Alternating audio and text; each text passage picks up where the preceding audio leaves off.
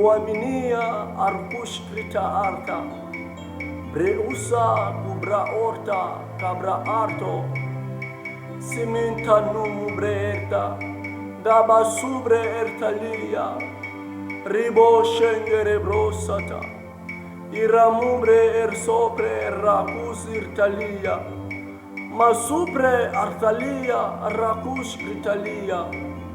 Oui, bien-aimés, je vous salue dans le nom puissant de notre Seigneur Jésus-Christ. Soyez bénis, que le bon Dieu vous bénisse et vous élève plus haut et que le bon Dieu puisse vous consoler, puisse remettre l'espoir dans votre vie. Oh, Shaman. Oui, bien-aimés, aujourd'hui, nous sommes là encore pour vous parler de la part de notre Seigneur Jésus-Christ. Aujourd'hui, nous allons travailler avec l'épître de Jean, chapitre 10, verset 10. Ah, bien-aimés, regardons comment.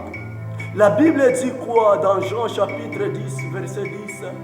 La Bible dit ceci: le voleur vient pour détruire, dérober, égorger, mettre toutes choses en panne. Mais le Fils de l'homme, il est venu pour donner la vie éternelle. Pour donner la vie éternelle. Bien-aimé, regarde ta vie, comment ta vie évolue, comment toutes choses évoluent dans ta vie.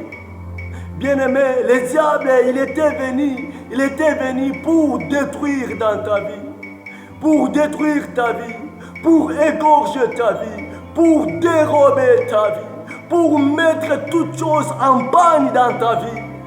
Regarde comment aujourd'hui ta vie se trouve sur les pieds. Regarde comment ta vie aujourd'hui se retrouve sur des criques. Mais Dieu aujourd'hui va te sauver et il va te libérer. Regarde comment toutes choses dans ta vie, ça bloque, ça n'avance pas. Ton travail, tes projets, toutes choses dans ta vie, ça n'évolue pas. Ça n'évolue pas. Ça n'évolue pas. Ça n'évolue pas. Le diable, il était venu détruire ta vie, égorger ta vie, bannir ta vie, mettre toutes choses en panne dans ta vie.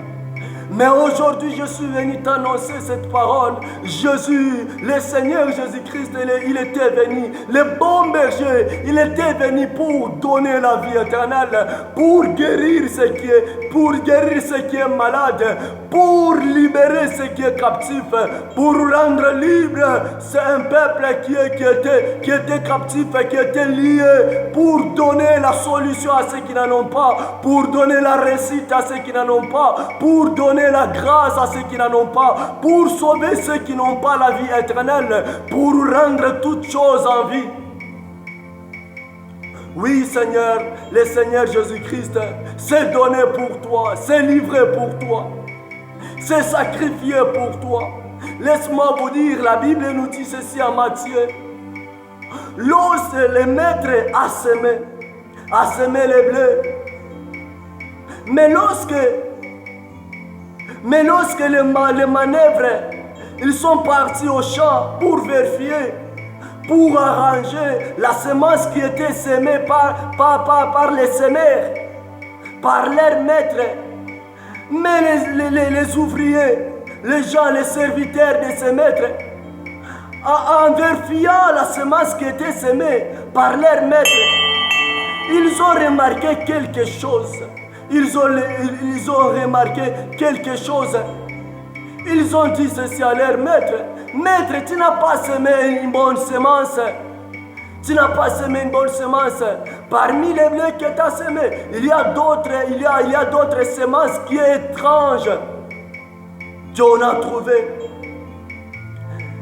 Les serviteurs de ce maître lui ont dit ceci: est-ce possible que on puisse détruire, on puisse faire sortir les mauvaises semences et qu'on puisse laisser le blé qui est à semer le maître? Les maîtres écoutaient la réponse du maître. Le maître leur dit ceci: laissez les blés Et la semence mauvaise, et la semence mauvaise, laissez-les grandir ensemble. Les jours de la moisson, les jours de la moisson, vous allez moissonner. Les blés, vous les mettrez dans une panier, et la mauvaise semence, les fruits de mauvaise semence, vous allez les lier et les jeter au feu et les brûler. Et les brûler. Oh, bien-aimé, bien-aimé, bien-aimé. Le maître a dit aussi quelque chose qui m'a fait tellement du bien. Il a dit ceci: lorsqu'on dormait, les malins, il était venu, le diable, il était venu. Et c'est lui qui a semé cette mauvaise semence. Et c'est lui qui a semé cette mauvaise semence. Bien-aimé, laisse-moi te dire que lorsque tu dormais, le diable était venu. Il était venu planter une mauvaise semence dans ta vie. Il était venu planter une mauvaise semence dans ton mariage. Le diable était venu lorsque tu dormais. Il était venu planter une mauvaise semence dans tes projets. Lorsque tu dormais, le diable était venu planter, semer une mauvaise semence dans tout ce que tu entreprends et ce que tu entreprendras. Lorsque tu dormais, le diable était venu. Le diable était venu mettre des choses qui ne va pas faire évoluer ton travail, ta vie, ton mariage, ta fécondité. Le diable était venu semer la stérilité. Le diable était venu s'aimer lorsqu'on dormait. Lorsque tu dormais, le diable était venu s'aimer les chômages. Le diable était venu s'aimer la crise. Le diable était venu s'aimer les mépris, se lamenter, les douleurs, la souffrance. Le diable était venu s'aimer toutes ces choses-là lorsqu'on dormait. Lorsqu'on dormait. Ah, Chabregarto. Le diable a détruit ta vie lorsque tu dormais. Le diable a pris ta vie en captivité lorsque tu dormais. Le diable a fait toutes ces choses-là lorsqu'on dormait. Lorsqu'on dormait. Le diable, il a fait tellement, il a travaillé tellement plus fort dans notre vie lorsqu'on dormait. Lorsqu'on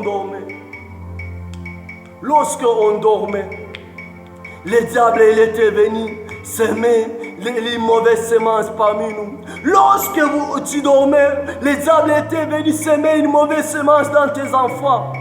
Le diable était venu lorsque tu dormais. Le diable était venu semer une mauvaise semence dans ta femme.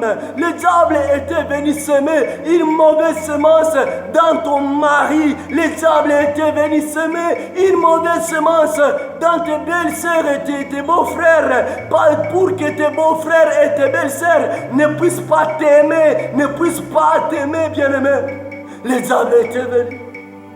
Le diable était venu. Il était venu mettre, lorsqu'on dormait, les diables étaient venus mettre les malheurs à nous. Les diables étaient venus mettre les échecs. Lorsqu'on dormait,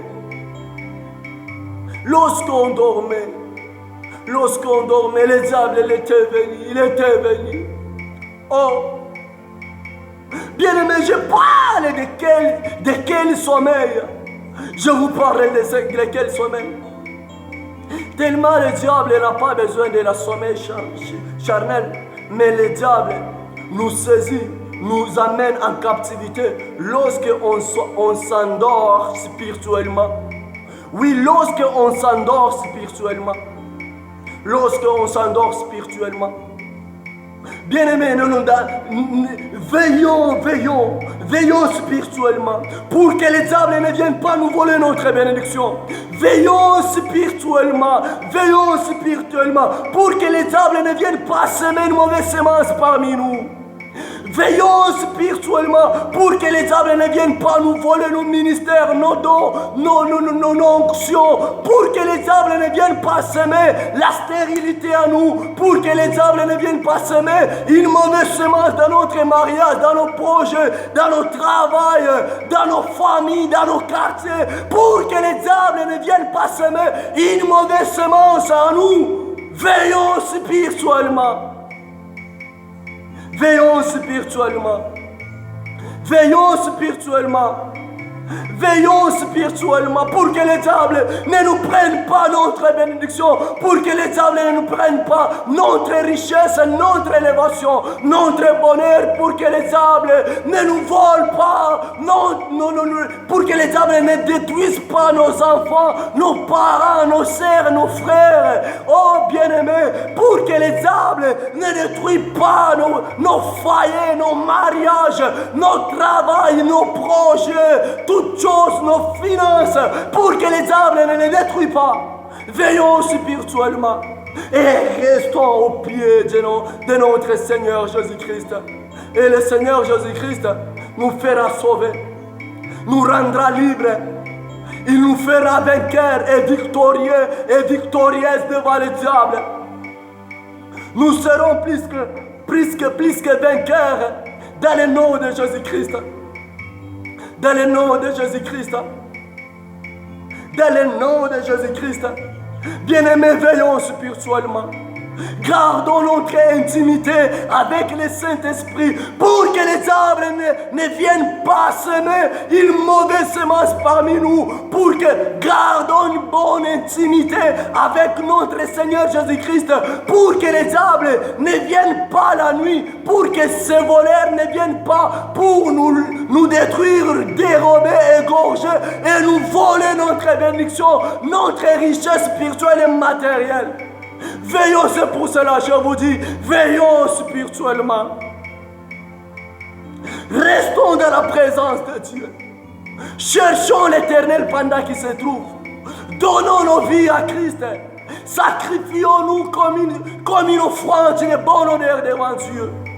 Nos bien-aimés, ne sois pas l'offrande des Caïens, ne sois pas l'offrande des Caïens devant ton Seigneur Jésus-Christ, ne sois pas l'offrande des Caïens devant notre Seigneur Jésus-Christ, mais soyons l'offrande d'Abel, une offrande qui a une bonne odeur, une offrande que le Seigneur Jésus-Christ va prendre plaisir dans notre offrande.